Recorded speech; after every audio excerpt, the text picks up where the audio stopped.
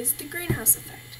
According to definition of globalwarming.com, global warming is a hypothesis that the increase in temperature of the Earth's natural systems is caused by trapped gases in the atmosphere, called greenhouse gases, that reflect and apply heat onto the Earth. Others believe that this rise in temperature is a natural cycle in the Earth's existence. Despite the claim that most professionals think that global warming is real and the threat to the world as we know it, AProudTable.org has pointed out that several different satellites have reported that there has been barely any global temperature increase in the last 23 years, down to 0.01 degrees Celsius. Some have claimed that this is just a temporary stall, or ignore this data and reference the land-based temperature readings. The land readings have shown an increase in temperature, but cannot be counted as indisputable proof.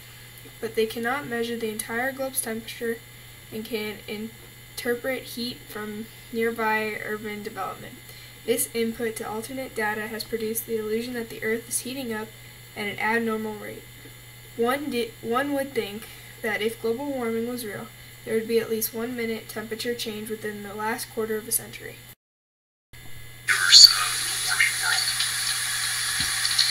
Alright, so how exactly do CO2 levels in the atmosphere affect the global temperature? Carbon dioxide is what we refer to as a greenhouse gas. It turns out that the most abundant greenhouse gas is water vapor, which of course occurs naturally.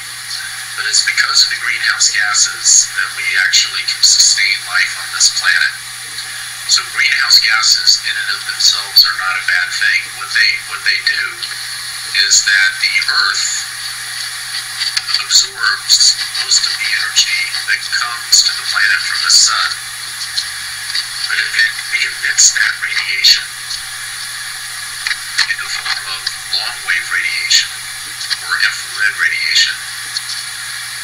And it's Supportive of the global warming theory that points out that recent extreme weather has been incredibly strong as of late, and is so because of global warming. According to NASA.gov, the weather is not harbinger of doom sent by global warming. The recent storms are completely natural and would have occurred with or without the excess greenhouse gases in the atmosphere.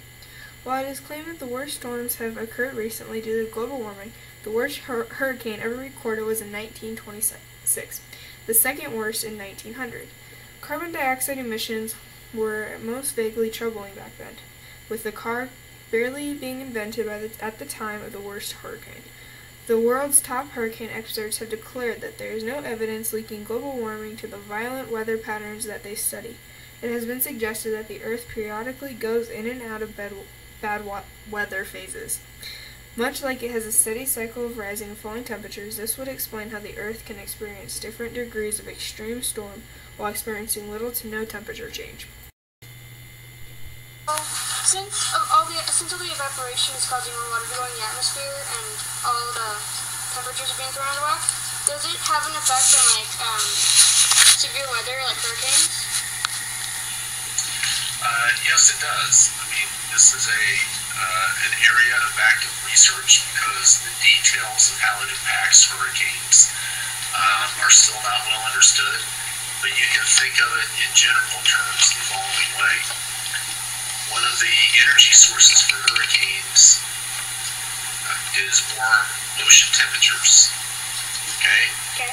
So climate change is causing ocean temperatures to become even warmer, and it's also causing warmer temperatures over more of the world oceans. They're stored over warmer water longer than it would otherwise be, which leads to stronger hurricanes and might occur in the absence of climate change. Also, as ocean waters warm, they expand, and so sea levels rise. And one of the most damaging aspects of hurricanes is the storm surge. Okay, the waves of water that come inland. And so if the oceans are at a higher level, the storm surge is worse. And then I also told you earlier that the water vapor, moisture content of the atmosphere is higher than it otherwise would be.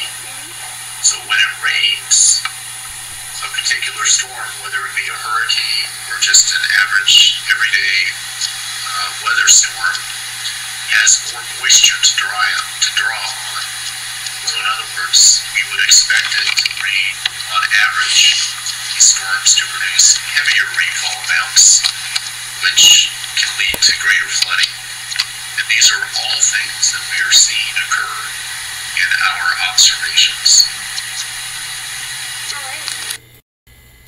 According to GoogleWarmingHysteria.com, CO2 is naturally released into the atmosphere and has been since Earth was created. It is quite doubtful that us adding more of it into the atmosphere could have a drastic effect on the planet.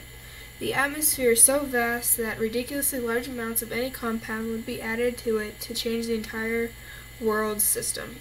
Volcanoes have been spewing naturally occurring greenhouse gases into the atmosphere for as long as Earth has had a crust.